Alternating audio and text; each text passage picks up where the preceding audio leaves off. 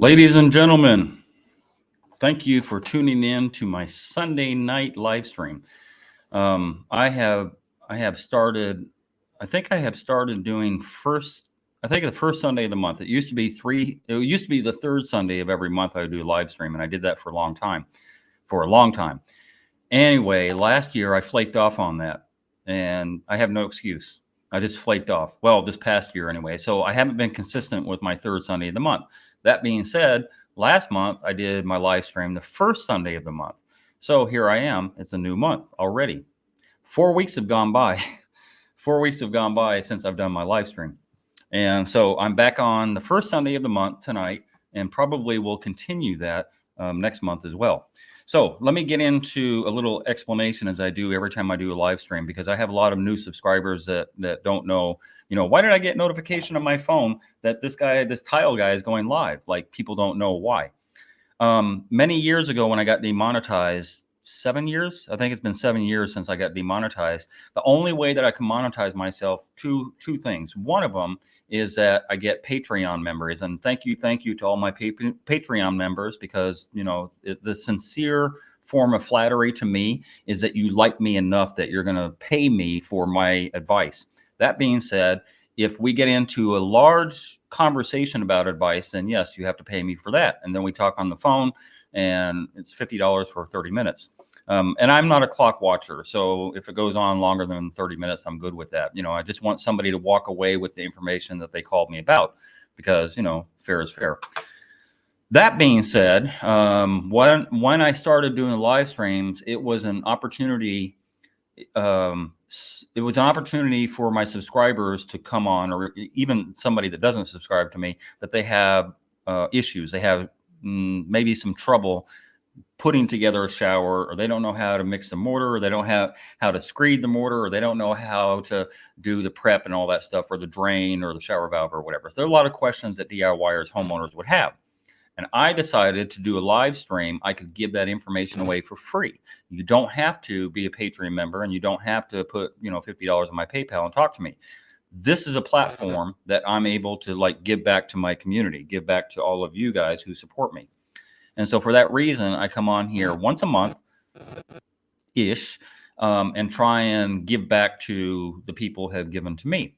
And so this is your opportunity tonight to ask me any questions that you have, any type of concerns that you have as far as a bathroom renovation. If you're having one done, maybe you have a little apprehension about the contractor or whoever is doing your shower, even if it's you, that I can kind of put those fears to rest, so to speak, and answer the questions the best that I can. Having said that, I have a special guest tonight. There is a gentleman out in Colorado, and he has been kind enough to reach out to me because he has invented a drain, a shower drain specifically. And the idea of the shower drain that he, as they say, necessity is the mother of invention, right? So what he decided is he doesn't like jacking through concrete when you try to retrofit a drain. Say you have a tub to shower conversion. And so the tub drain is way over here, but yet in the center is where you want your drain. So you have to dig a trough through that concrete. You have to bust out that drain part, usually 4 inches of concrete, sometimes 6 if it's on, like a basement or something like that. And it's a lot of trouble, and it's a lot of work, and it's a lot of dust, and it's a lot of, how would I put it, chaos to retrofit a drain from over here to over here center, or wherever your drain happens to be. In order not to have to get a concrete saw and a jackhammer and all that stuff, this guy came up with an invention that I think is awesome. So it's an elongated drain. I'm going to bring him up probably in about 30 minutes, but it's an elongated drain that allows you, and it has connections on it to where you can extend it as far as you want. I think it's up to, I don't know, Keith will tell you all about that stuff, but I think it's up to 22 inches or 24 inches or something like that. You can have it extend from the drain that you currently have. You don't have to move the drain from the concrete, right? So basically it's a retrofit. So this elbow, if you will, screws into the 3-piece drain that you currently would have, because you currently would probably have that. It screws into there, and then it has a very sharp elbow that goes in this direction. And then the whole drain top gets the mortar on top of it. So when you pour your mortar bed, the drain gets buried. It's an awesome invention. And, like I said, I think he's been doing, he didn't tell me how many years. He said he's a longtime tile guy. So he came up, there's problems out there. And like I said, necessity is the mother of invention. So he decided, you know what, I'm going to devise this special drain that it's actually almost flat. It's like this. I don't know the exact height of it. I think it's probably 3 inches or something like that. He'll explain all that stuff. And then you just extend it out as far as you need it. And it's made out of ABS, a very solid ABS type of material. So when you're finished putting this retrofit in, probably takes 10 minutes at the most. Now you're ready for your mortar bed. And you slap your mortar bed in there, let that dry, and then you go forward with your waterproofing your tile. It's just awesome. I think it's a great idea. And so for that reason, after our discussion that we had, him and I yesterday about this drain, and some of the questions that I had concerning how does it work and all this stuff, he does have a video on showing how this drain works. But I want him to be able to go through the explanation of, all the ins and outs, because I don't know enough about it. He's going to ship me one here pretty soon. And eventually the next concrete slab drain that I have to move, I'm not going to move it. I'm not going to cut the concrete. I'm not going to jackhammer it out. I'm going to try and use his invention because I think it's just awesome. As I said, there are certain things, especially tile guys, that go through when we're doing our work, right? And so that bucket saver that I did a video 8 months ago, something like that. It's about 8 months ago, the bucket saver. So they sent me one. I still have it. I love it because I don't have to clean my buckets every night. And if I have too much thin set, that I've mixed up in my bucket, I just leave it there. And then it's silicone insert that goes into like a Home Depot bucket. And the next day I just invert it outward. And then along comes this pile of hardened thin set. And it's beautiful. It's just saved me a lot of time and effort cleaning my buckets every night. So the bucket saver is one. I think I did another one about 4 years ago on this particular drain that kind of cantilevers the direction you need it. So it doesn't matter if your subfloor is off. If your subfloor isn't level, it wouldn't really matter, right? Because the way this drain works, I'm not going to go through the whole process, but the way this drain works is the bottom flange goes on here, and then it's a little bit different. It's almost like a funnel type thing.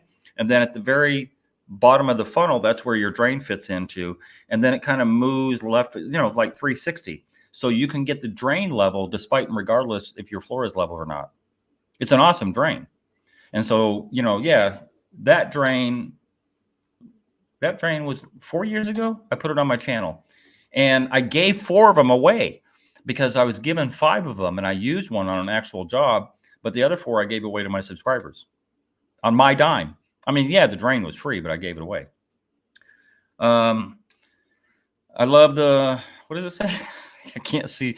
I love the bucket saver. Hey, Zach, I'm telling you, the bucket saver should be renamed the labor saver or the arm saver, because, all the angst that you go through to try and clean out your bucket every day, 2 or 3 times a day, sometimes if you got long days. Oh my God. And if you got a couple of guys doing that work, if you have a couple of them and you've got a couple of buckets, get a couple of bucket savers. They're expensive. They're pricey. They're $90. They're $100 and some change, I think, retail. But on my QR code, if you go look for bucket saver on my channel, just put bucket saver and then star tile on YouTube and you'll find my channel. And then you just hit that QR code and you'll get like 10 bucks off or whatever. So for $90, I think it's worth it. What's up, Janique? How are you doing tonight? I see you.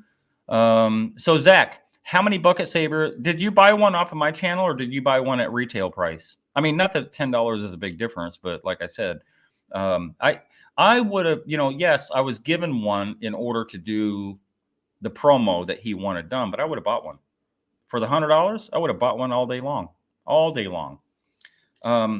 Those are certain things, certain products that, like I said, necessity is the mother of invention. Those are certain products that you have along your life that's like, oh, this makes my life so much easier.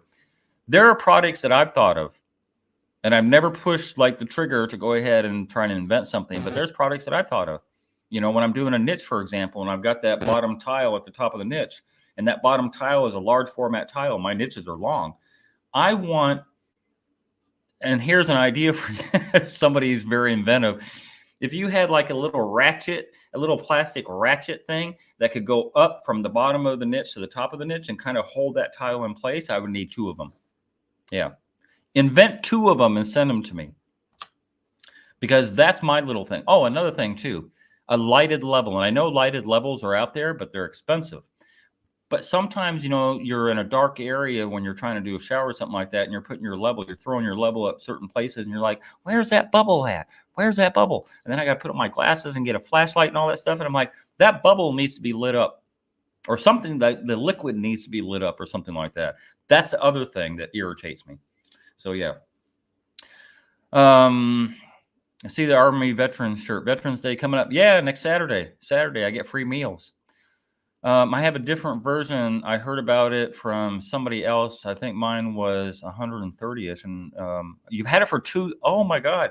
So Zach, 2 years later, the only detraction I'm going to say about the bucket saver, there are little remnants. You know, the next day after you've thrown out all your thin set and mortar or whatever you're mixing in, the next day there's little pieces that you still got to, like, you know, like take your sponge and, you know, knock off or whatever. And I remember when I did that video and I was cleaning the bucket saver, right? Because I'm still taking my sponge, I'm still taking my mortar, and I'm taking my margin trowel and I'm digging the mortar. Well, I'm moving the mortar away from the sides of the bucket down to the bottom, where the next to the, well, not mortar, but thin set, where the rest of the thin set is at. And then I take my sponge and I'm wiping the bucket saver clean. And they're like, oh, you're still wiping the bucket. I'm like, yeah, but nothing like a real bucket. And you go through buckets, right? Like you go through buckets all the time. This is a bucket saver that you're not going to have to worry, you know, like throwing it out. I have a friend of mine, Ron. He says, I don't save buckets. I'm like, you don't? He's like, no. What do? I throw them out. So every job you do, you throw away 2 or 3 buckets? And he's like, yeah. And then I buy more. I'm like, okay. Buckets now, I think, are $8. They've gone up from like $4 or $5 or $6. I think they're $8 now at Home Depot or Lowe's. So over the course of the year, Ronald Wyman spends that same $100 on buckets than he would a bucket saver. And it's a money saver. It's a labor saver. It's all of that. And a bag of chips. So yeah, I need buckets, and you're throwing them away. Buckets. The thing is, like, this is a throwaway society. And not only that, but sometimes what happens with these buckets, there's a little, I've never taken a close look, but there's a little circle when they extrude the bucket out of the bucket making machine or whatever. There's a little circle at the bottom, like your belly button or something like that, right? And after a while, you're beating on this bucket and you're doing so much stuff to it, and you're trying to knock out all your thin set from the bottom and the sides and all that stuff. And that little circle at the bottom of the bucket just goes away. And then you've got a hole in your bucket. Now it's useless. And I usually will save those for tools. I'll save those for, you know, other purposes, but I can't use thin set. I can't use mortar. I can't do nothing in them anymore once that hole happens. So yeah, we throw things away. But even with the bucket saver, that hole wouldn't matter, because the bucket saver is like one monolithic piece of silicone that just engulfs the whole bucket on the inside. And that's why I like the product so much. And this other product that I'm getting ready to tell you about, this drain, is awesome. I have a mock-up.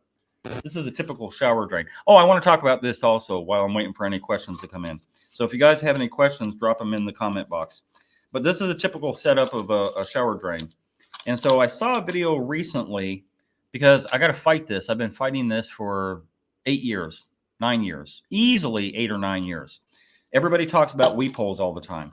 So those of you that don't know, and I'm going to go through this really quickly because I don't want to bore anybody, but those of you who don't know, this is the bottom flange of a 3-piece drain system, right? This is the bottom flange. So this goes on the subfloor, and then it rests right on the subfloor right there.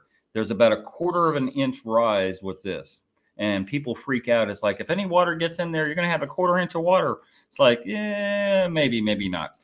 But that little 1/4 inch, if it sits flush, I usually taper out my wood so this sets flush, but it's already flush-ish to begin with. And so this is the bottom flange. So you have this locking ring that goes on top, and by virtue of the bolts, it gets bolted down, right? So on the locking ring, you actually have weep holes. I want to talk about this because this video came up from Steve recently. He talks about weep holes, how they get clogged with mortar. You cannot clog weep holes with mortar. And I have proof of that because I did a mock-up of Isaac Ostrom and I, got into this little thing about 3 or 4 years ago about whether or not you need a pre-slope. And he did a fake video, meaning that he had what's called a troba mat. So troba mat was down below, and then he did his mortar, and then he poured water into his mortar bed, and it all escaped because of the troba mat. The troba mat allowed water to weep through. It's a landscaping material. It's not meant for a shower. And he knew that. So I did a real life one where I had no slope, no pre-slope at all, and 99.9% of my water still escaped.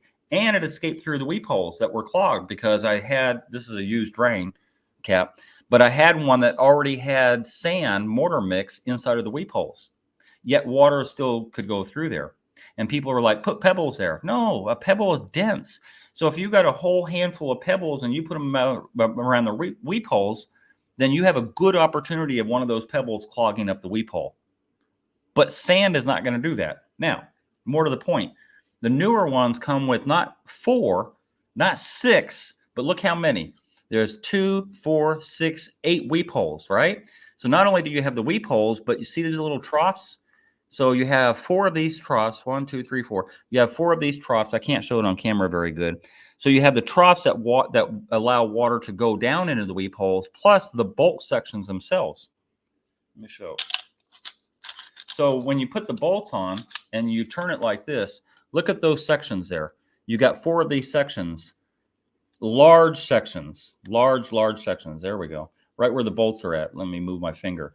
Those sections are just like the weep holes, except larger. So it's not just the weep holes. And then guess what?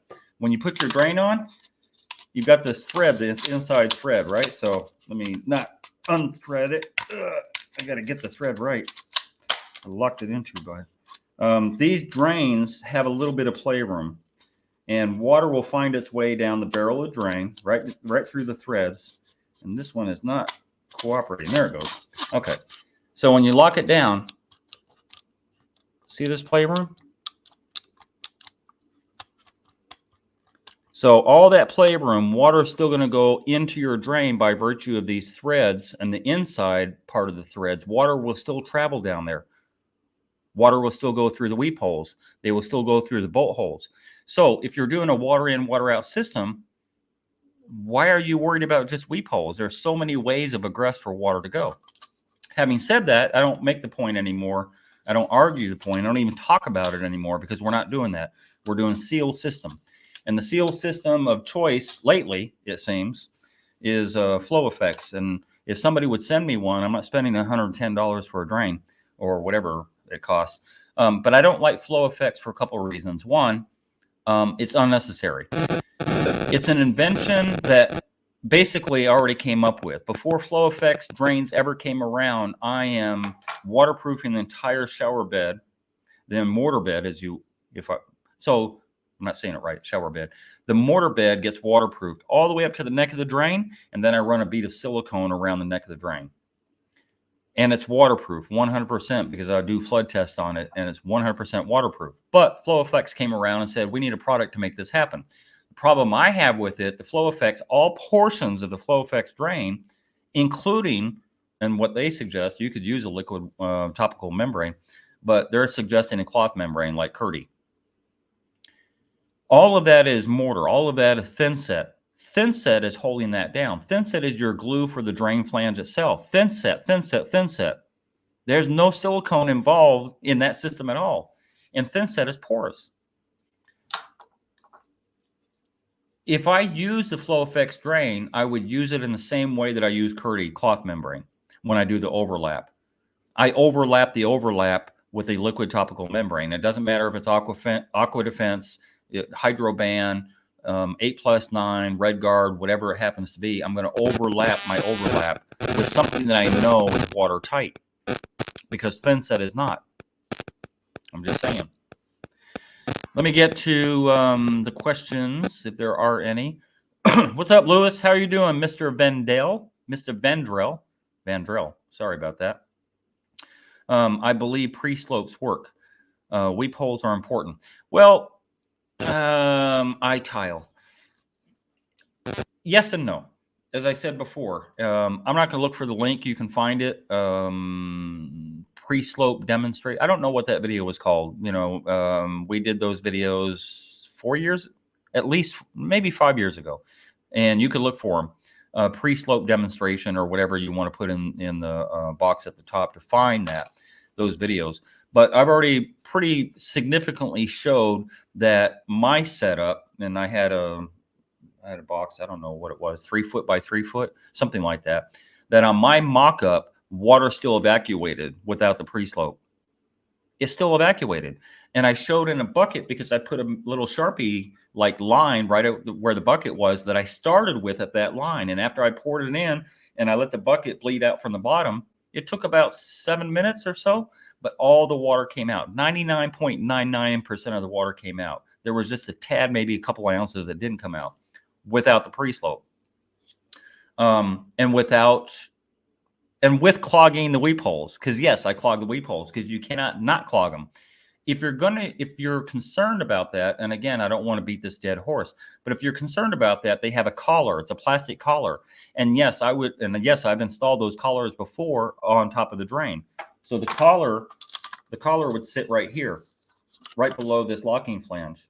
And that collar allows water to still get into the weep holes and all that stuff without clogging them up. But pebbles potentially will clog up your weep holes. But it's just more than weep holes. Like I said, there's all these troughs and there's where the bolts are. There's a lot of ways for the water to egress. But like I said, I'm not beating that dead horse because we're not doing water in, water out system anymore.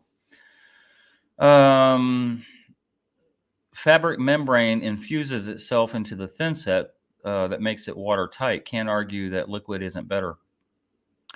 The liquid topical membrane I've been using now. I think I did my first RedGuard video 8 years ago. I think it was either 8 or 9 years ago. It's got 1.5 million views. Like RedGuard owes me some payback. 1.5 million views on that video, which I never would have thought. I was just introducing the product because it got introduced to me at that time. And I've never had a failure, and I've never had a problem. And I've done many, many flood tests. Not only flood tests on my showers that I built, but I've done cardboard, RedGuard on cardboard boxes with 2 coats, not 3 or 4 or 5 or 6 or 8, the size of a credit card that everybody talks about. No, 2 coats on cardboard. Let it sit a week. Nothing went through that cardboard. I did it with sheetrock 2 different times. One big giant 2 foot by 2 foot box of sheetrock that I glued together with silicone, and all 4 sides and the bottom were sheetrock. And I let it set for 2 weeks. Actually, it was 20-something days. No water.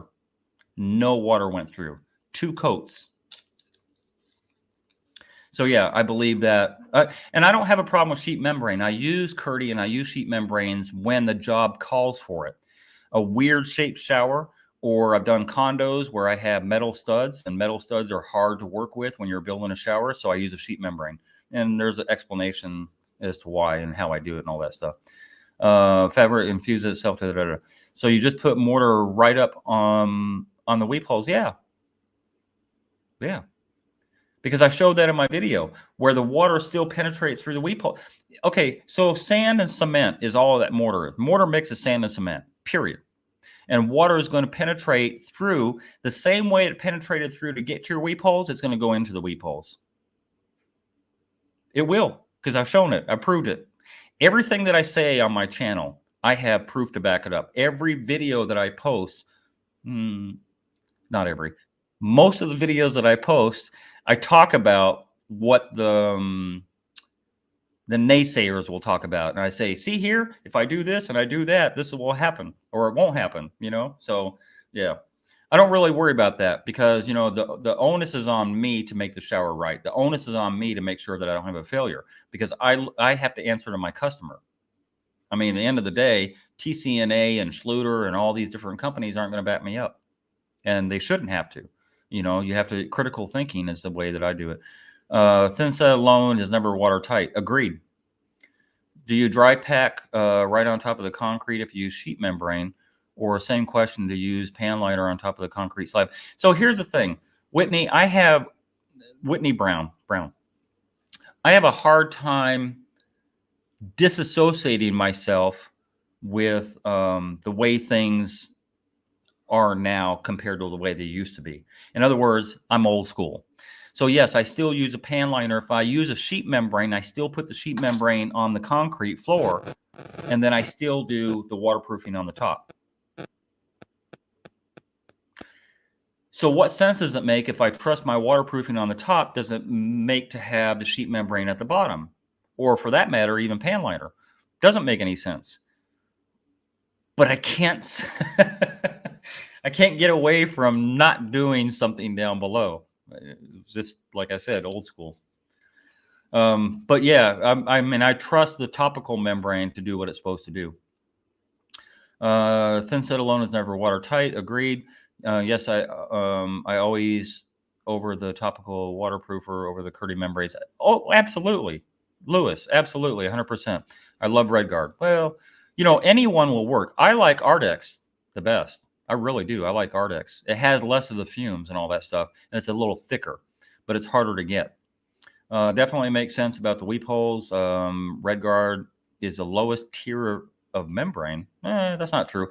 So look, I did an experiment 2 years ago. 2 years ago, I did an experiment with 4 different products: RedGuard, Aqua Defense, Hydroban, and Ardex. And the only one that failed, and it was my fault because it sat in my trailer for 2 years and it got rotted or whatever. The only one that failed was the Aqua Defense.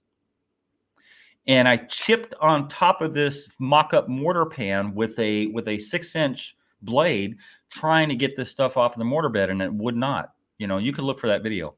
So, and RedGuard was no different than the other products. So, I don't know. People beat up on RedGuard. I don't know the reason for that. Water wicks through. No, it doesn't. Oh, sorry, Zach. That was the wrong question. You made a statement. Definitely makes sense about the weep holes. Water wicks through. Yes, it does. Isaac from Tile Coach did a test of Kerdi membrane and found out that the water does migrate through the thin set. So after that, I started throwing Hydroban on the top of the seams. You know, and here's the thing. Tile Coach. Isaac, the way I know him, because he only became Tile Coach in the last year and a half or so, Isaac has done some things that I don't agree with, and I do things that he doesn't agree with. But neither one of us have to answer to anybody but the customer, you see? And if we have to do things over, and if we make mistakes, then we have to do things over. I mean, Isaac has done some things that I'm like, oh my God. And I do the same thing to him, you know, but at the end of the day, I have to please my customer, and I don't have to please anybody on YouTube. You know, I have to make sure that my work speaks for itself, and then critical thinking helps me through logic. So the logic tells me thin set will never be waterproof. So why would you trust a bunch of Kerdi, even with the bands and all that stuff? The bands are glued with thin set. And he has also shown on his videos where there's failures with Kerdi, where there's failure with some of the waterproofing, with some of the banding and some of the products that Schluter puts out, because it relies on thin set. And if you're trying to make, let me put it like this. I always cover my ass. And so, yes, I use Kerdi a couple times a year when the product has a reason for me to use it. And when I do that and I overlap by at least 3 inches, then I also RedGuard over that. Or if I have Hydroban, I Hydroban over it. If I have Ardex, I Ardex over it, because I don't trust the overlap with thin set. And that's how I cover my ass, to make sure that I don't have a possible failure going into the future. I'm just saying. So anyway, it's getting up on the 7:30 hour where I'm at.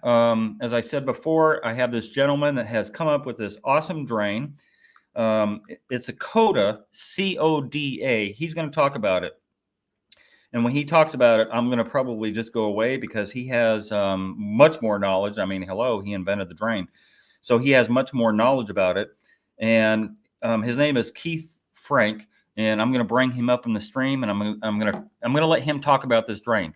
So if you guys didn't see what I showed before, or what I was talking about before, this elongated drain, if you have a concrete slab and say you have over here on this side a bathtub to shower conversion and you want the drain center, we have to bust out the concrete and have a trough 4 inches, sometimes 6 inches deep, in order to get below grade and have our drain running to get the proper slope and all that stuff. And then, transfer, from 1.5 to 2 inch, blah, blah, blah. And Keith has come up with this awesome invention. It's an elongated drain that precludes you from having to bust up concrete. All you do is screw this drain in. Whoop, where'd it go? It flew away. All you do is screw this drain in to what you already currently have. And then it's got a little elbow, and I'm going to show it up on the screen, but it's got a little elbow that comes off of it, and it's kind of a flat type of drain that goes off, and he's going to talk about it more. 20, 24 inches, 30 inches, I think.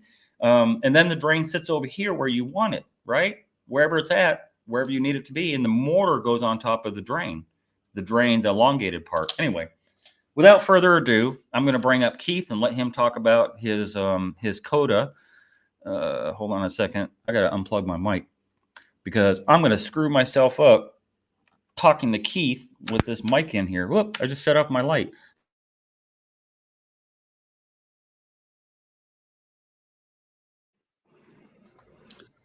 Hello. Anyway, so hello, how are you doing, Keith?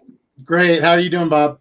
I'm not too bad. Yeah, I was pretty psyched out, because I know you sent me an email about a month, maybe 5 weeks ago, and kind of busy. I've been working on a lot of different projects and stuff like that, and I meant to get back to you on that email because I was curious about this drain, and I had a quick look-see, but I never really did a deep dive. And then you hit me up a couple of days ago and showed me a video of a mock-up that you had done, and I was like, what? Like, I don't have to bust the concrete no more. Yeah, that's it. Yeah, no more busting the concrete out. And I keep getting friends of mine telling me to make a video of all these retired jackhammers over to the side and pile them all up and throw a bunch of dirt on them or something, Right. So they don't have to use it anymore. So Keith, tell the people in the chat what your background is. You said that you've been a tile guy for a while, right? Oh yeah, I've been in the tile business area. Oh my gosh, many, many years, 40 plus. So wow, you look. Yeah, I'm an old school mud set guy like you. Yeah. I worked for the union for years, or about 4 or 5 years. I started out with a big custom guy back in the day. All we did is all old mud set custom homes in Southern California. I've done malls, strip plazas, you name it, I've tiled it, and I've done so many different things. I even have, I have a website for my tile company, which is tileplus.co. If you want to go in and see what kind of work I do. And but anyway, I'm based here in Southern Colorado, and the reason why Koda came about, how many of you out there have ever had to move a shower drain, right, Bob? Right. Yeah. Okay.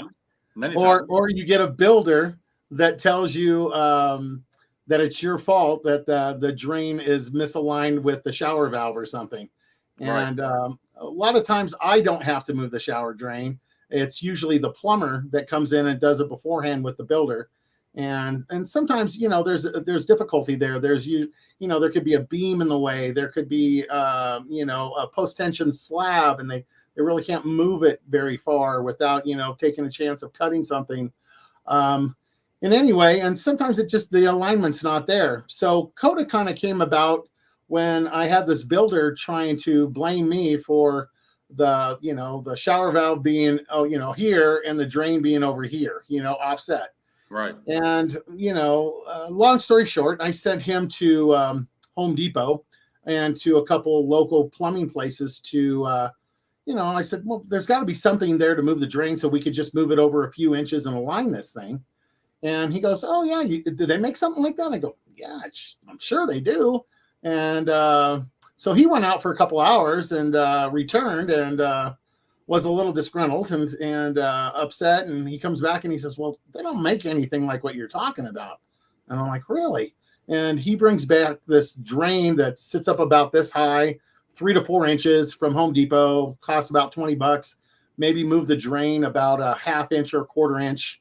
And then he talked to me about this linear drain that you could move left or right, and you could cut off part of it to just kind of just make it look like the drain moved left or right. Yeah, like they have the toilet ones where you can offset. It's an offset toilet flange. Yes, something like that. Yeah, and this is just a linear shower drain, and and this drain was sitting in the middle of the shower. So how are you going to use that? You can't. Right. It would need to be up against the wall. Again, it would need to move from the center to the back. Right. And so I'm sitting there talking about it, and then I get a download of information. I was like, wow, oh my gosh, we need this. This is a game changer. Oh my gosh, there's nothing out there. So I went home and it was on my mind, and I told my wife, I said, oh, we got to go to Home Depot. I got to go buy some PVC, and I got to melt some stuff down and form together something that's in my head. I got to get this thing out on the table, because I'm an inventor and entrepreneur. So I've done a couple other things, and so I put this thing together, and 2.5 years later, here's Koda. This is what you get right here. Here's the. All right, so I'm going to bring up. You sent me a screenshot of the drain itself, and yes. I'll bring that up on my green screen so people can kind of get an idea, a little feel for it, because I think it's important that people kind of know what we're talking about. Okay. I have a lot of DIYers that are on my channel that don't know, like, some of this stuff that you're talking about. They don't know, right? So okay, super. Yeah, and I can explain to them what this is all about. Hold on a minute. So if I get out of the way, let me do a little intro, Keith. I'm going to give you your time. But this is, I'm excited about it only because I go through this as a single contractor. In other words, I don't have a guy to hold the shop back. I don't have a guy to take all this rock outside and get rid of it. I don't even have a guy, like when I'm cutting the concrete, to have. And then you got all that dust. Yeah, it's a lot of dust. It's a lot of work. It's a lot of trouble. And yes. so anytime that I'm going to do a concrete slab drain, especially a tub shower conversion, and they're like, yes, we want that drain center. I'm like, oh crap. And guess what else? And this is interesting too, that you and I never discussed, because it just came to my brain. A lot of times the bathroom on a concrete slab in a basement is literally at the form.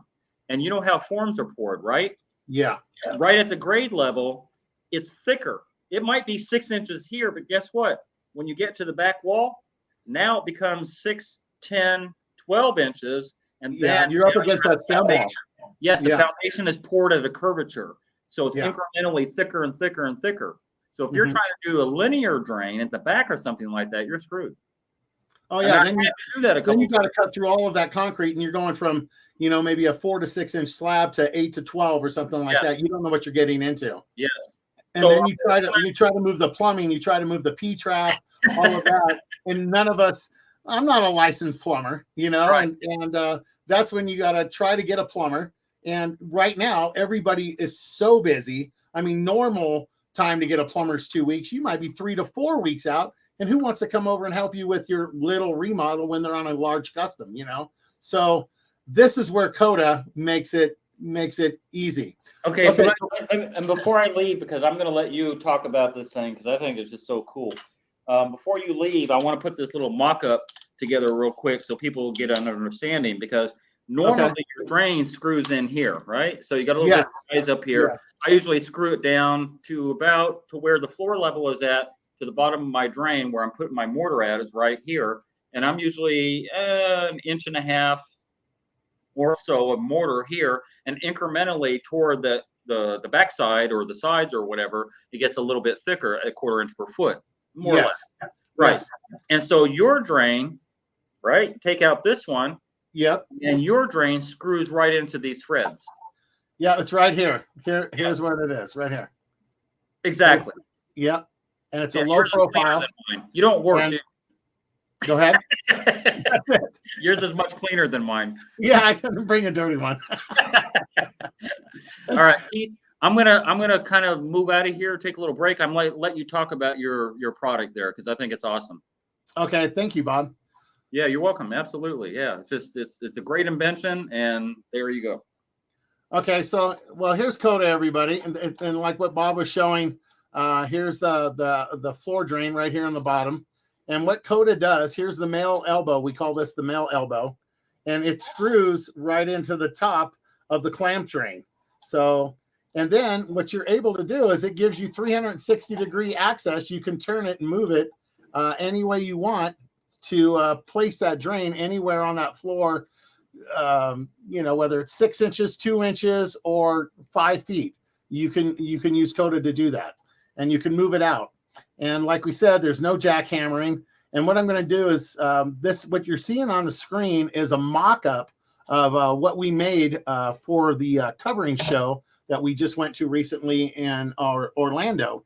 So as you're looking at the screen, you'll see to the left is the clamp drain at the bottom there. And what you see is the plywood, which would be either plywood base or your concrete base.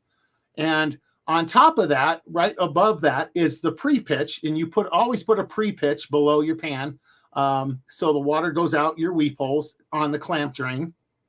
So right on top of that is the pre-pitch. And then above the pre-pitch is the waterproofing membrane, which goes down and goes to your clamp drain like you normally do.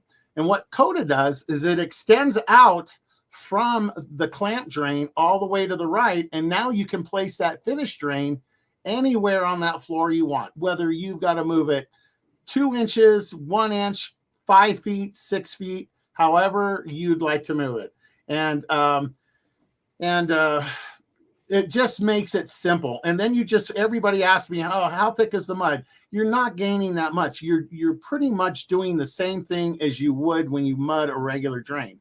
It just depends on how far out you're moving it, and it only goes up 1/4 inch in increments. So it's not a 1/4 inch per foot in increments. So it's not that much extra as far as mud is. And you, as a do-it-yourselfer, if you have a little bit of knowledge, all you do is you just glue it together with ABS glue. It comes in a kit. Koda comes in a kit. This is like the 6-inch coupler. It comes with like a 2-inch coupler. They just glue and snap together. Real simple. Just slide in just like a regular pipe does. This is all high-grade NSF approved ABS. So I only went with the best. And it is made in America. We're staying with all made in USA for everybody. So this isn't made in Japan. It's right here for everybody in the USA.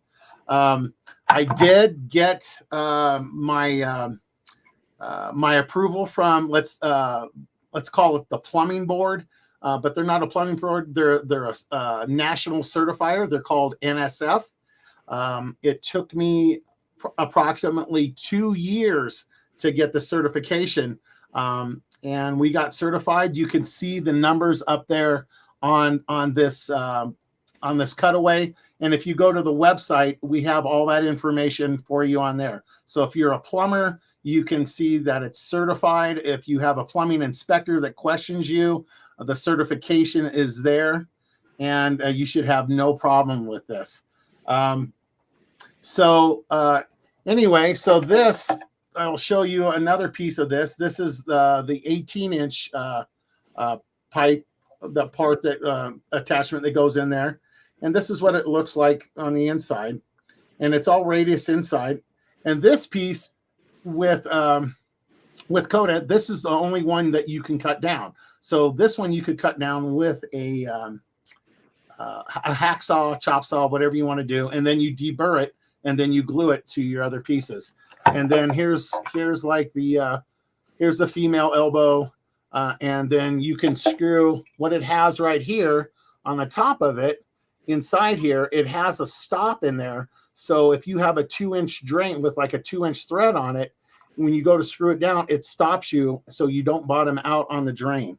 And what you do is you have to cut the thread off, like we did on this Ebby drain. And then it just threads on the top like this, and you just thread it in, and then you adjust it for the height of your tile, whatever you want, for your mud, and you can bring it up and down. And Many people have asked about the water flow on that. We're getting better water flow than a 2-inch pipe. So that's really, really great that, how this came out. And we had all that tested. And another frequent question I always got from people too is, what if you get a hair clog or something like that? Usually your hair catch is up here at the front of the drain, up here, like where your ebby drain is. And this is where your head catch is. But, you should be able to snake it out just like with anything else. So that being said, I'll go ahead and you guys have any questions for me? Worry about it leaking since it's not. It is glued. You do glue it with ABS. You glue it with you put it with a primer and then an ABS glue. So it is glued. What's the next question? Do we have to worry about it? Okay, no. Okay, what did you do with Star Tile? What do you mean did I do with Star Tile? He's right here. I think he disappeared. Okay. Do you guys have any other questions for me? Do you have any questions about Koda? See anything else in the chat? You can also use it with a linear drain, and it also has the threaded.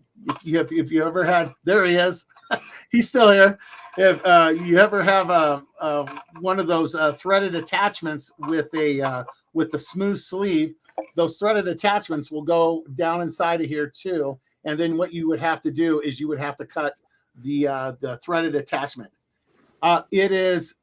How rigid is it? Is it good enough to sink? Yes, it is. It's an 1/8 inch thick all the way around the walls, just like a regular pipe. And yes, okay. And then I've got, let's see, what is the weight limit for the drain pipe? Say I'm doing a small mosaic floor for a 300-pound. What you're going to have, like if you have a 300-pound customer or something like that, you're going to have the mud over the top of that. So it's not going to crush this thing. You'll never be able to crush this thing. This thing is just super strong. It's made with the best ABS material that is NSF approved.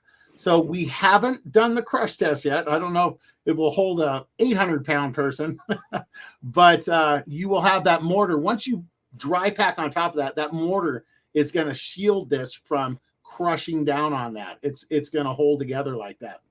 And okay, so I've got another question here. Will it work with Flow FX? It's funny that you asked that. We're talking with Chase, the owner of Flow FX, and we're actually coming up with an attachment that goes with this, so you can use this with Flow FX. Absolutely, that's coming up. Does it have to be dry pack? Yeah, you could put it in with you just put it in with thin set or a little bit of dry pack and then secure it. And then we also have shims that come with this as well. Let me show these to you. And these shims form around the pipe. This is a U-shaped shim, and these form around the pipe. So as you go out farther, they help secure the pipe into place, and they give you your 1/4 inch per foot. So this is a 1/4 inch, and then I have a flat shim, and they snap together like Legos. So that will give you your 1/2 inch. So as you go further out, you'll be able to achieve that pitch with these shims as well, and that will help you out. Let's see, what else do you have? If your 300+ customer is going through, we got bigger issues. No, I wouldn't say a 300-pound customer is going to go through it. You're not going to have a problem with this. This thing's rock solid. This thing is rock solid.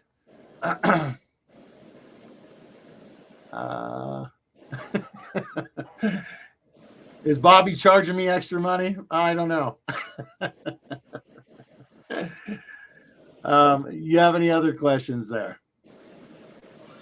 Other thing I would like to tell you all too, for those of you who use the styrofoam pans and those of you that like to do the top coat waterproofing, we are coming out with something for that in about 2 months. We should have that out.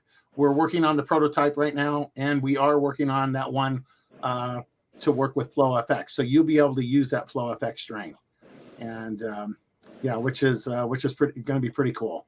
And You guys have any more questions for me? I'm looking over in the chat. Bob, are you around? Yeah, I'm here, Keith. Okay. Yeah, so I think I've got most of the questions answered. Yeah, so I wanted to make clear because somebody asked me if you're paying me $50 an hour. So to be fair, it's $50 for 30 minutes, and we're not at 30 minutes yet. So he'll owe me in probably about 10 minutes here. He'll owe me a couple minutes, yeah. Yeah. But arguably he's giving me advice instead of me giving him advice. So there is that. I might owe him $50.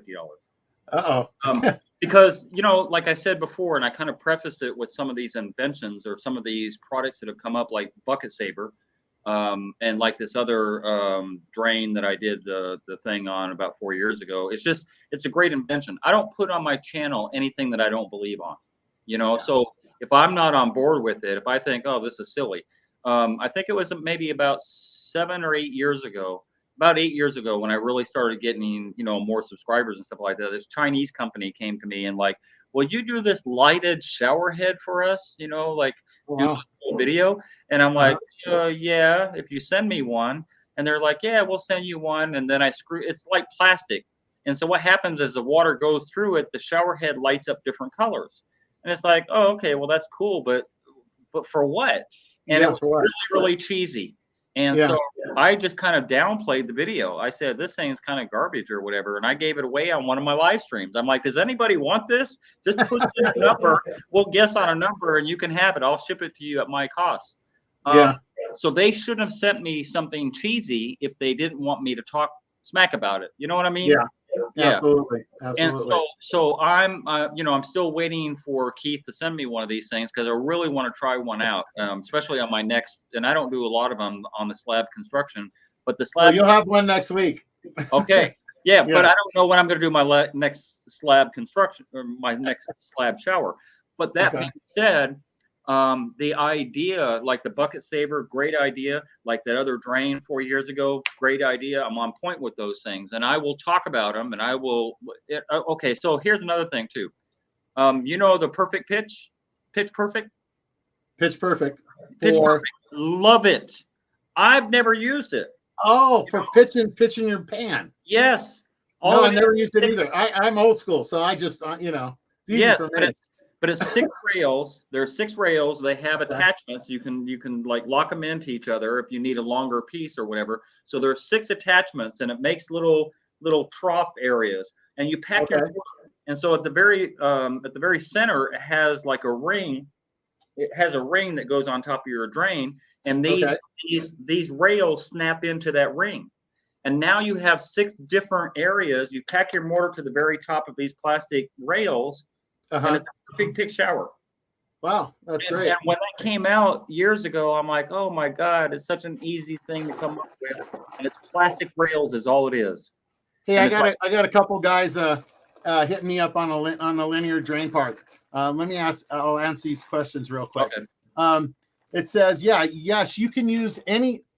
Why Koda was designed like this? You can use any outer finish drain that you want to use. You can use a linear drain, a square drain, anything that you want to use with it.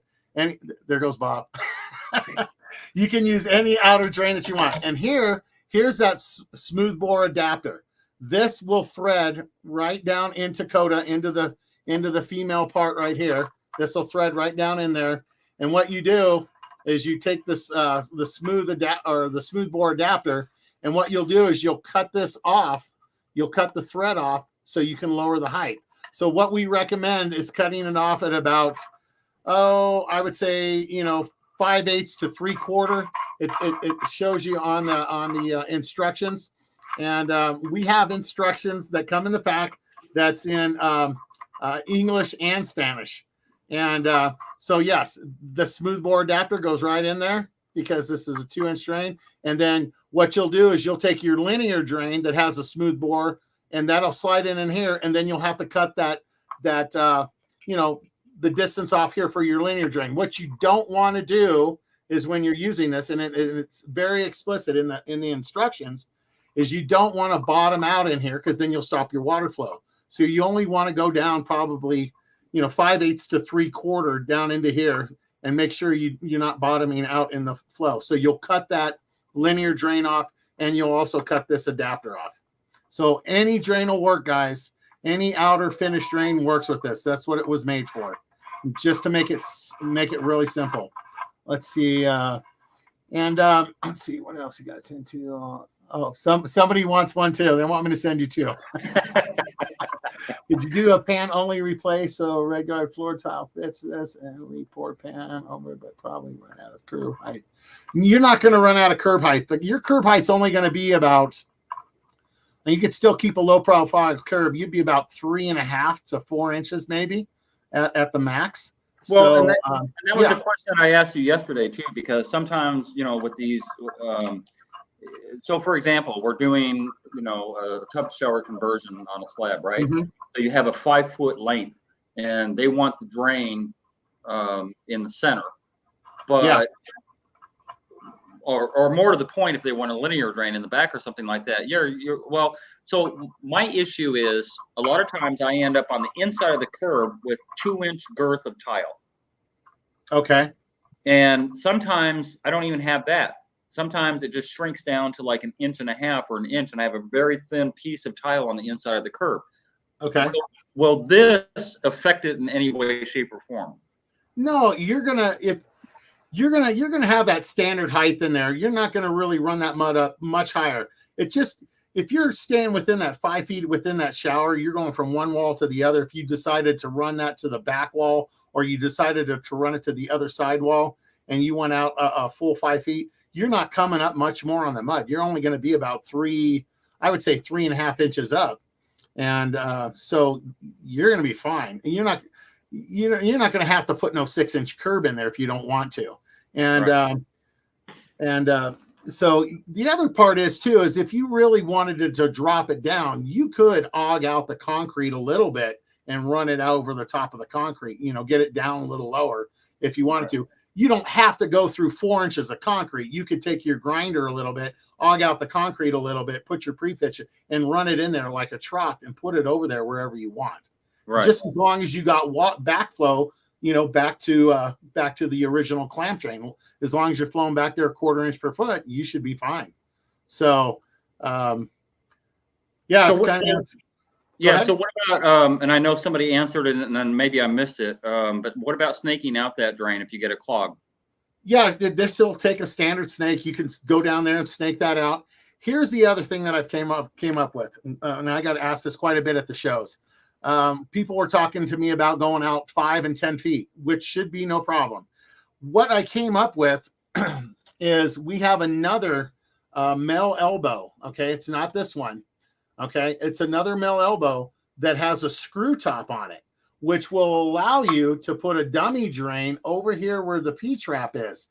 And you've seen these drains that you can tile on top. So it'll be way over here where the P-trap is, and you'll be able to pop that tile off and snake right there, right where the P-trap is. So if you went out 5 or 10 feet, that way you could access that P-trap. So that problem's solved.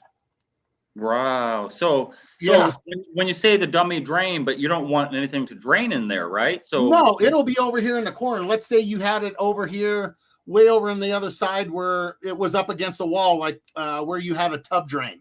Right. And then you took the tub out and you made it a 10 by 10 shower. And your drain is now 8 feet away to the right. And this is over there on the left. Well, nothing's going to be draining over there. What it'll do is you just tile the pan and you tile over this drain. It's instead of having a chrome screen, you have a tile screen. We've all seen those. You just tile over them. Right. And then you just pop that tile off and you have access right there at the P-trap. Yeah, you thought through this a few times. Oh yeah. I wanted to make this easy, simple, a no-brainer for everybody, so nobody has to worry about it. And a friend told me the other day, he says, you can explain it like this. He says, the P-trap and the clamp drain are like your electrical outlet. It's way over here. And then you've got your power cord and your saw over here. Right. I'm sure people gave, people a hard time. The inventor of the electrical cord. Koda's like the electrical cord that joins them together. it'll take you out the distance, to your power tool or something like that. So if you want to think of Koda's, it's an offset drain attachment. It, takes you from the clamp drain out to the finish drain, and it allows you to put that out there anywhere you want. It's just relocating the water where you can drain it and allows it to go down. So yeah, perfectly makes said. it simple. So how long has this been out now? Have you got feedback on it? Yeah, we're getting, the feedback we got at the shows was through the roof. People, a lot of guys that have done a lot of commercial work with hotels and everything, because they can't move those drains, or the plumber takes forever to move those drains. I think this is going to do very well in the commercial end, especially with post-tension slabs and high-rise buildings where you can't cut into the concrete. Oh my gosh. Yeah, I had a builder from New York come up and give me a hug and say, "Oh my God, you made me rich, and now I can get every job because now I can move the bathroom." And, okay, so hold on. Sometimes we talk above the level of some of the people that are in here, or some of the people that are watching this. What a post-tension slab is, basically they got 20-story high-rise condo or something, 15-story Florida, something like that, wherever you're at. And these are all slabs. Every floor has a slab. And in order for that to be, like tight and not go anywhere, they have cables in there. And those cables have plates at the end of them that kind of hold everything in. Like they're literally holding everything in. And if you cut one of those cables trying to get into the concrete slab on a condo, you got problems. You're in trouble. You're in big trouble. And so is the person living there. You're in big trouble. Yes. So, yes. So for condos, I have a friend that lives down in Phoenix area. Most of those slabs are just single family home slabs. Those are post-tension slabs. You can't cut those. Those people are stuck with their showers right where they're at. They can't move those drains. They can't move those showers. They can throw new tile on the wall, but that drain has to sit there. They can't move that to the center of the bathroom and put up a partition wall and put 5 shower heads on it. Now you can. Right. Now you can. So, yeah. No, it's a great product for like you probably went through that yourself, obviously, or else you wanted to come up with it. You probably got tired of busting through concrete through the slab at grade level, trying to make all this work, because it can take you a day just to do that. Then you got to pour concrete on there, and then the next day you can go forward. Yes. Yeah. Especially when you're tearing out the drain. Here's the other thing. I ran into this last year when I was I had the prototype. I was working on a job, and the builder had built this big master shower, and he had to put the linear drain on the opposite wall, on the other side wall from the pipe wall.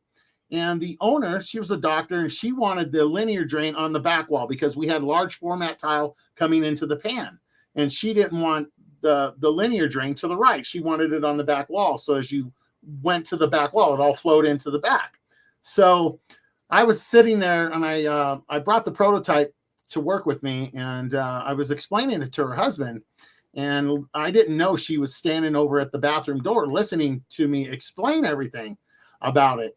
And I showed her husband, and I said, "Hey, as soon as I get these made, I could have moved this drain to the pipe to that back wall." And the reason why they couldn't do the back wall is because the plumbing would have been sticking out over a stem wall. So it would have stuck it out over there, and you can't do that with the free stall here in Colorado, So you couldn't put that plumbing out over past that stem wall. And she got it. She heard me talking. She goes, "Can I buy that from you right now?" She goes, I'll give you $1,500 for that thing right now if you can move that linear drain from over there to that back wall. And I looked at her, and I'm like, no, this thing's not for sale right now. This is my prototype. She goes, no, I get it, but I'll give you $1,500. How about $1,800? I'll give you $1,800 for that. And I said, no, this thing's worth about, $5 or $6 grand. I can't sell you this thing. I said, I'm working on it. But she got it. Bam, she got it because she wanted that drain moved. She wanted it where she wanted it. And what's nice about this, guys, is even when the waterproofing's in, and say you have a client that wants that drain moved, and let's just say your client was out of town. I live in a mountain town, and a lot of my clients come in from Texas or New York or something. They're all buying their second home here, and you know, and if we have a drain in the center, and I didn't get the memo that, or the builder didn't get the memo that they wanted it to move to the back wall like this lady did. If they come in after the fact, and I already have the waterproofing up and 4 rows of tile, you can't move that drain. I mean, you're going to tear out tile, you're going to tear out the water, you're going to start over. Right. But now, if she wanted to move that drain, I could have sold her Koda and just moved that drain over there and had that done in 15, 20 minutes. And it would have been a done deal. And yes, I would have sold it to her for $1,800. Well, I mean, you know, like I said, you know, you solve the problem. You know, there are a lot of problems, as I talked about with the other products that are out there. You solve the problem that we run into as guys, you know, trying to, and trust me, you know, a plumber, and let's say you're a DIYer at home and you're like, you know what, I want a shower in my basement. Yeah. And I think I can do it because YouTube University is going to show me how. So you got Sal de Blasi and you got, you know, Isaac Ostrom. And there's a whole bunch of people out there that they can kind of, okay, I've got this, I got that. And after a month of going to YouTube University, they're ready to tackle this. Yes. Except for the concrete. And they're like, you know what? I'm going to hire out a plumber. I'm going to hire out a plumber to do the concrete and maybe even the shower fixture too. Yeah. What's the bill for half a day's work for a plumber? Oh my gosh. They're usually $175 an hour. So, or more. So, I've talked to most plumbers. I've asked plumbers in several states. The cheapest I found to move the P-trap and the drain was about $1,600, and the other plumbers were right around $3,500 to $3,800. No, hold on. That's to cut the concrete, move the P-trap, set the drain. That's it. You got to fill it up with concrete. You got to float the pan and all that. Is that what you're asking me? Well, right, because the P-trap is below grade. So the P-trap can be 18, 20 inches below where you're beating into. Yes. Yes. Yeah. And so in order for them to do it like they're supposed to, they got to move that whole P-trap and everything over there. And that could take a good long day. And then you've got the dust, you've got the noise, you've got the, you know, if they hit an extra water line. I live in Colorado. So we have a lot of hydronic tubing in the heat tubing going in the 1.5 inch concrete on the second story. So a lot of times people run that in their showers. So if this guy, let's say this house was built 15 years ago and you have hydronic tubing in there and you want to move that drain and this guy hits that, now it's on a second story and now you've got water flow coming down into your first story. You got drywall damage, you got water, you can have mold remediation, you've got an insurance. It's a headache. I mean, it's a lot of stuff. I mean, it's a lot. Why do that when you can use Koda and you can put it in 15 or 20 minutes and you're done? I think you were being nice. I think $1,500 wouldn't even get a plumber to come to your door. Yeah. You know, like to literally dig out, and I've done it many times, and I've showed it on my channel, which is how you found me. When I dig out the concrete and I have to jackhammer out that little trough and all that stuff, that's a half a day's work. It's a half a day's work just to make that happen. Then I got to still do that. And if I hired a plumber, my customer had to hire a plumber around here, Metro Atlanta, that's going to be, like you said on the second part, about $3,000, maybe more. Because they're not necessarily doing it by the hour all the time. Sometimes, or even if they are, there are 2 guys there. So now you're paying for 2 guys $100. Yeah, you're paying for the crew. Yep. Right. You know, and it's a day job, a half a day job, and they're happy to take your money. You know, $3,000 at the end of the day is pretty good paycheck. Oh yeah. They'll do. And then what if they damage something? Right. Then you got to get a drywall guy. You've got to get somebody else in there, and then they're just going to leave it there. They're going to leave you the hole, and then the tile setter is going to charge you money to fill that hole back up and do everything else. Right. And then here's the other part. Now you got the plumber in there. Now you got to get the shower pan inspector back in there. You got to get somebody else back in there. You got to get the plumbing inspector back in there. Right. So now you got the plumbing guy. Let's say you try to get a plumber right now. You wanted to move a shower. So he's 2 weeks out. And then once he moves all that and you do all the stuff, now you got to get the inspector in there. And how long does it take to get an inspector? Another week and a half? I want You know, It's a lot. you know, People don't realize that it's a lot Yeah. just to move the drain. and I want to be clear time. too. Yeah. I want to be clear. Yeah. Keith is not paying me. I know this is starting to be, you know, like an infomercial or something like that. And I don't mean it to be an infomercial, but I'm excited. Keith's not paid me a dime. No.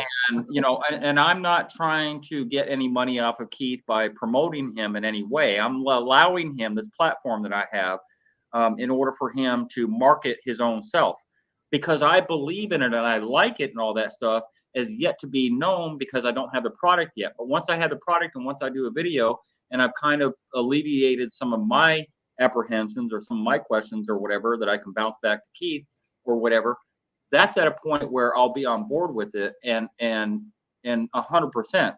Right now, I just think it's a great product. Same as I talked about the other products and same as I talked about some of the things I want to do. You know, I look for, as I was before I brought you up on the screen, I was talking about a lighted level because, you know, my eyes are going bad in my old age and all this stuff. And I'm in a dark room and I'm like, I can't see that level. And then I put my glasses on, I have to have a flashlight on it. And it's like, oh, crap. And so Or your helper never turned the pin set off, right? Yeah, so I just went to Amazon and I'm like, lighted level. And I was like, oh, they've got one out there for like $250 damn. And I'm like, what? Just to put a light in the liquid? Like, and so those are the things that when we run across jobs that were like, it would just make our job so much easier. And this is one of those products. If I can just get myself out of the way so people can see it. and this is the cutaway, guys. So you get to see how it works in there. So yeah. Yes, somebody asked about, are they injection mold? Yeah. A lot of the parts are injection molded. This longer part, if anybody's into that, this longer part, this is an extruded mold. So this is a little bit different. And see, and it only goes together one way because see, it has a little belly here. So the water flows a lot better and all the inside of it is all radius. So that water flows really good. Just so you know. Okay. Yeah, we've done a lot of testing with this thing. Hang out there, Bob. I need one of those things. Yeah, you gotta have fun sometimes. But yeah, so, I think it's an awesome product, Keith. And you know, I'll let this play. A couple of people I noticed in the chat were asking for a website or how can I put that up in there, or do you do that? Just put it inside the comments there. They can copy and paste it. I join the chat and then put it in the chat because it'll either come out as a link if it's a website, or they can copy and paste it and throw it in Google because Google knows everything. I don't know. It's not letting me in there. I can't get in there. It's not letting me do that. You can't go in the chat? No, I can see the chat, but I can't. Send it to me. Send me a link in the email. I'll drop it in the chat. Okay. Just so you all know, it's Koda, which is CODAUS.com. So CODAUS.com. And we have how-to videos on there. And when you buy a package, that's it. And when you buy a package, they're retailing right now for $380. And it'll take you out to 32 inches and or less, whatever you want to do. If you want to go out farther, you have to buy another package. And it has instructions in there in English and Spanish. And it comes with the 2 elbows, a 6-inch coupler, 6-inch pipe, 18-inch pipe, a couple 2-inch couplers, and your shims. So I think it's maybe 8 or 10 pieces or something like that inside of there. And if you do go to the website, it'll show you how to install it. We have a couple install videos on there and any kind of instructions. If you have any questions, you could call customer service. You'll probably reach me or one of my guys, and we'll do our best to answer any of your questions that you have. All right. Okay. Excellent. All right. Hey, Keith, I'm going to back at it here, and I'm trying to get to some of my subscribers' questions because a couple of my long-term subscribers, Fence Rider is one of them, Kaboom is one. Yeah, I've got some people I know in the chat, and they might have some questions for me or whatever. But I just want to throw this out there. There's this platform out there for you to kind of like, market yourself on here because I believe in the product. I think it's awesome. And, I wish you would come around I've been doing this for 20 years. Where were you 20 years ago? That's what everybody says. Why Yeah. didn't you come up with, where were you 2 months ago? They walk up Right. and hit their forehead like this and go, oh my God, I just remodeled a hotel with 3,000 rooms. Where were you? You know, and it's amazing. I mean, we're going to be at the Surfaces event, you guys, in January. I think it's the 24th or the 25th in Las Vegas, and you should come check us out there. I mean, if you just sit at the booth for 1 hour, and you see the reaction from the people that come by the booth, and when they see this thing, they love it. They're just blown away. I mean, it's a game changer for the industry. So. Yeah, no, it's great, and that's why I said, you know, I'm kind of glad that that I'm able to kind of facilitate a little bit of the marketing for you, because, you know, this video will be up for a while. People can go back and refer to it. They can look at that, you know, and of course, if they go to a website, they're going to get that true picture, and they're going to get the cutout and all that stuff, right? Yeah, they can see everything. Yeah, you can download the instructions. Everything's there for you. You can see all the codes and the standards. We did the U.S. and the Canadian standards and the International Plumbing Code we got certified to. So you're all good to go. Yep, it's all right there. Yeah. Okay. Bob, hey, I thank you so much for giving me this opportunity. Thank you so much. I really appreciate it. Absolutely, not a problem. Yeah. Be blessed, and I wish you all the luck in the world. I think it's awesome. Entrepreneurs out there, you know, making our lives easier. And, you know, I don't have enough to say to somebody who, because you went out on a limb. You're not doing tile anymore, right?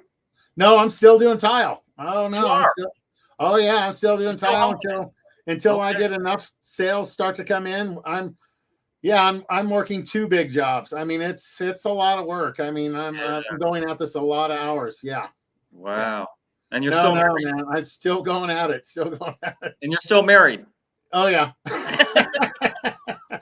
Still going at it. I'm trying to get into as many stores as I can right now and get it out there just to make it easier. And you know, so it's a lot of work. It's a lot of work. Yeah. Still out all the money and all that too right now. So we're trying to get some of these sold. Actually put in the chat exactly what I told you last night. I said last night when we were talking, at least 50%, if not 70% of the houses in Florida are slab. Yeah. And that's what he said. He said, this is perfect for here in Florida where everything is a slab. Yeah. All right, sir. Have a good evening. Thanks, Bob. I appreciate you so much. Thank you so much. Not a problem. All right, buddy. Yeah, that was actually pretty cool. You know, like I said before, I don't have any skin in the game, so to speak. I don't have, how would I put it? There's nothing for me to gain by you know, putting Keith up on here and all that stuff. There's really nothing for me to gain. You know, it is more for, like I said, entrepreneurs, you know, and obviously made in the USA and all that stuff matters, but it's for entrepreneurs that are in the trade who come up with ideas and inventions and stuff like that, just like Flow Effects. I mean, as I was saying on my intro before, you know, I brought Keith up, you know, Flow Effects came along to solve a problem that I already solved. I already started waterproofing the surface of my pan 8 years ago. 8 years ago, I'm waterproofing the surface of the pan, and right around that drain edge, I'm making sure there's a bead of caulking, and sometimes I overlap the waterproofing on top of that. So I have a sealed system that I started. I didn't have a product, but I had the idea. And then Flow Effect said, let's make a product. So all of those products out there to make life easier and to make things in our trade less problematic is what Keith did. He came along and he made it less problematic. So yeah, I appreciate that. And you know, like if I were old,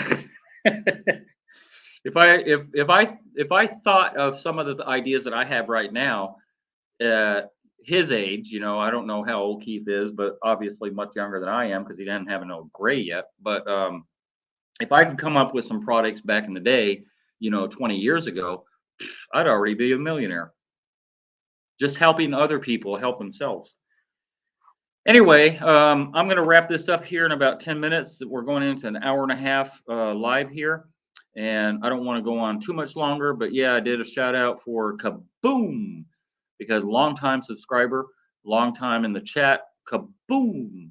And then we have Fence Rider. Fence Rider, one of my loyalist subscribers that's always in my chat, that missed it last time, but he got it this time. So yeah, if there's any questions, you think you could give Bobby Doyle a tour of the factory for his channel. You know what? I believe, if I'm not mistaken, I'm going to say, I don't know this for sure, but I think Keith is probably outsourcing this. If it's truly made in the USA, then it should be made in the USA, right? But I don't know. I don't know. That China thing is pretty strong. You know, oh, we can make them for $5 instead of 10 or whatever. I don't know. Definitely will try and post a video on my business page. Yay, Lewis.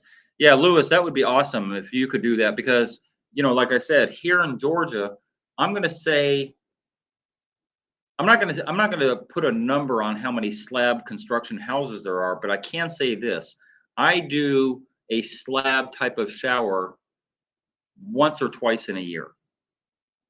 Sometimes a whole year will go by and I won't touch a slab, because most of the houses are multi-story, and even houses that aren't multi-story have crawl space. So we don't really have a lot of slab construction here. So Lewis, if you could actually do that, that'd be awesome. Fence Rider, my house in Arizona had a post-tension slab. Wow, in Arizona, your house? Really? Post-tension not common in Maryland or Maryville, Phoenix. Aluminum wires and hella asbestos is in the hood. I was in Tucson, Arizona. You have to get a machine shop injection mold. That was already to him. This is perfect for here in Florida. Everything is slab. I got that. Bob, honestly, think you have forgotten more than the others will know. You know, kaboom. Kaboom. That was a big time compliment. I appreciate that, Kaboom. You know, like I said, and I was going on my little diatribe earlier when we were talking about weep holes and all the mistakes that can be made and all that stuff. It's critical thinking. And it doesn't even matter what career you're in. It doesn't matter. But critical thinking is big. And if you bypass the critical thinking and start following directions and start following manuals and all that stuff and say, you know what, this doesn't quite make sense. You know, the person that slathers on RedGuard, slathers it on. You know who I'm talking about? Well, a couple people now. Because the directions tell you to do that. And then you have a failure. So who is the failure blamed on? Is it blamed on the manufacturer? Or is it blamed on you? It's blamed on you, because no critical thinking kicked in because you followed the directions. I'm just saying. To find a good plumber inspector, this is a perfect good Florida. Can I put down a thin roll of Schluter instead of cement board? Well, why would you put cement board on your floor? In a bathroom renovation to save from raising the floor. A thin roll of Schluter instead of cement board in a bathroom renovation to save from raising the floor. Also, do you caulk or grout the gap between the bottom row of tile and the floor? So a couple things. Raising the floor would be, I would use cement board, and I've had to do that before on a couple occasions on concrete slab, and then I put cement board on top of it. Oh, you're talking about a wood floor. On a shower, you don't have to really worry about that. But I don't know what your point would be, Steve. But as far as also, do you caulk the grout, the gap between the bottom row of tile and the floor? By default, I don't do the caulking. And I'm going to tell you why. I don't do it on, you know, where the corners are at on the walls and stuff like that, because the separation may or may not happen. You know, everything moves in your house. It swells, it contracts, it does all kinds of things. And you may, in fact, end up with a crack where that corner is at, right? Where that corner is at. You might end up with a crack. But if you're using a waterproof or a liquid topical membrane, as I do with RedGuard or Aqua Defense or any of those, it's a crack preventer. So it stretches. So that crack may or may not transfer through that transition. If it does, then run some caulking there. But if it doesn't, don't bother. You know, the house that I had before, 15 years. And I think 12 years was my brand new shower, and I never had any cracks anywhere. So there's never any caulking anywhere. If there ever was any cracks anywhere, that's where the caulking would kick in. Couple reasons why that I don't do that. Because I don't want my customer to run into this conundrum in 2 years or 4 years or 5 years when that caulking gets moldy and nasty looking or whatever, and they got to cut out all that caulking, especially on a porous type of tile. It's a big pain in the tuchus to cut out caulking and recaulk. So I don't want to send them through that if it's not necessary. Also, where that transition you're talking about to the floor and the wall and all that stuff, even if there is a slight hairline crack or something like that, there's no foul in that, because even if water gets through that, it's an empty void because I raised my wall board above. So it's a void there. It's just air. And if water gets into that air, it's going to dissipate. I don't know. That's just my mind thinking about those situations. Yes, wood floor. That's what I thought. So Stephen, I was a little bit puzzled by your question. Why would you want to raise your floor on a wood floor with backer board? Or you don't want to raise your floor? I don't know. I'm not really sure. Anyway, I'm going to back out of here in about 4 minutes. So we're at an even 90 minutes. If anybody has a quick question that I can answer and make it a long answer, I'm sure I'll be able to manage that because, hello, mouth of the South. But yeah, I'm trying to do this live stream first Sunday of every month. So look for December, the first Sunday. I don't know when that is on the calendar, but look for that live stream. The next one that I do is on the first Sunday, not the third. I used to do it on the third, but I've kind of moved it now. I don't want to raise the floor, but putting tile down. So, but I don't know if this is a floor or a shower floor you're talking about, like the floor proper or a shower floor. How long is the ideal for a shower? Well, typically 5 foot, because tubs are 5 foot, and if you get a tub to shower combo, you have a 5 foot tub. So you have enough room to back out away from the shower head at a point you want to soap up and all that stuff. So 5 foot, you know, I've done them 8 foot. You know, my shower is 8 foot long, almost 8 foot long. I've had showers bigger than that. I have a shower I'm going to do in Tennessee in January that's 12 foot long. I think it's 12. It's either 10 or 12 foot long. Shower head down there with a bench, and shower head down there with a bench, and then 12 foot distance. Yeah. So yeah, in January I will definitely be taping that. I want Steve to call in. I'm lost. I know, right? So am I a little bit. There he goes. Sorry, it's the tile floor in the bathroom, not a shower. Didn't want to put floor tile directly on wood subfloor. Oh, no. Okay, I see what you're saying. Okay, so Steve is saying that he wants an uncoupling membrane that's not as thick as backer board. He doesn't want to do backer board, so could he use Kerdi? Kerdi is not, arguably it would uncouple. Arguably, RedGuard would do that, because it's a crack preventer. So if you did, say, 3 coats on your wood subfloor, I don't know if I'd be comfortable with that, but Schluter makes a product called, what is it? It's not Kerdi. It's at the tip of my brain. I can't think of it right now. It's a mat. It's like a waffle mat. And I don't know that it's going to be any thinner than backer board, but you know, you can get backer board in 1/4 inch. I mean, 1/4 inch is not a lot of rise. I'm just saying. If somebody can think of that product, the waffle material that Schluter makes, because I don't know why I just lost it. Just went in one part of my brain and lost. Tear out, recessed lighting, waterproofing, tile, complete bathroom remodel, vanity install, etc.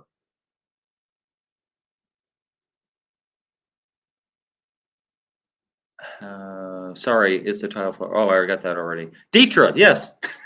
Ditra. I couldn't think of it. I don't know why I couldn't think of it. But I don't think Ditra. I think Ditra is probably 1/2 inch also.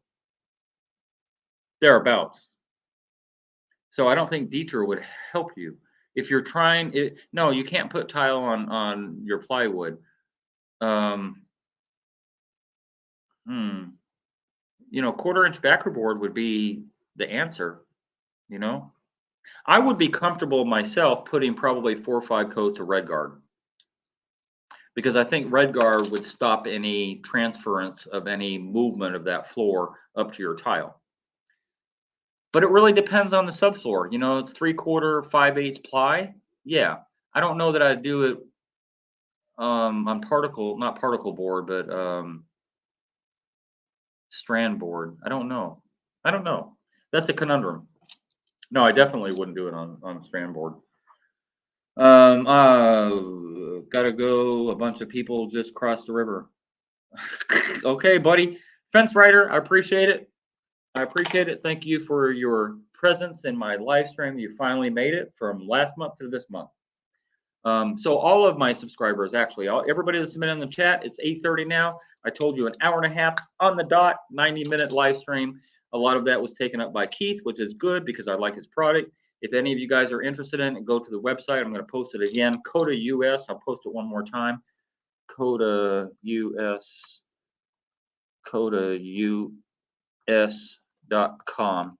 You can go to Keith's website there and learn all about it, and you can order the product if you want to and try it out. And anybody orders it and tries it before I do, make sure that you send me something. Send me a video. Go on WhatsApp and send me a video. Anyway, thank you guys. I appreciate it. Until next month, until the first Sunday, because I think it's going to be the first Sunday of the month, until December, whatever date that is.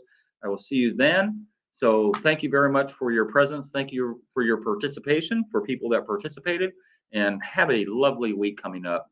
And make it good and be nice to people. Just be nice. Treat people the way you want to be treated. You know, go out in the world and just be nice. Say hi to somebody. Say, oh, you look good today. Oh, you smell good today. You know, just throw some kindness out there in the world. That's all. You know, other than that, have a great week. Thank you for participating.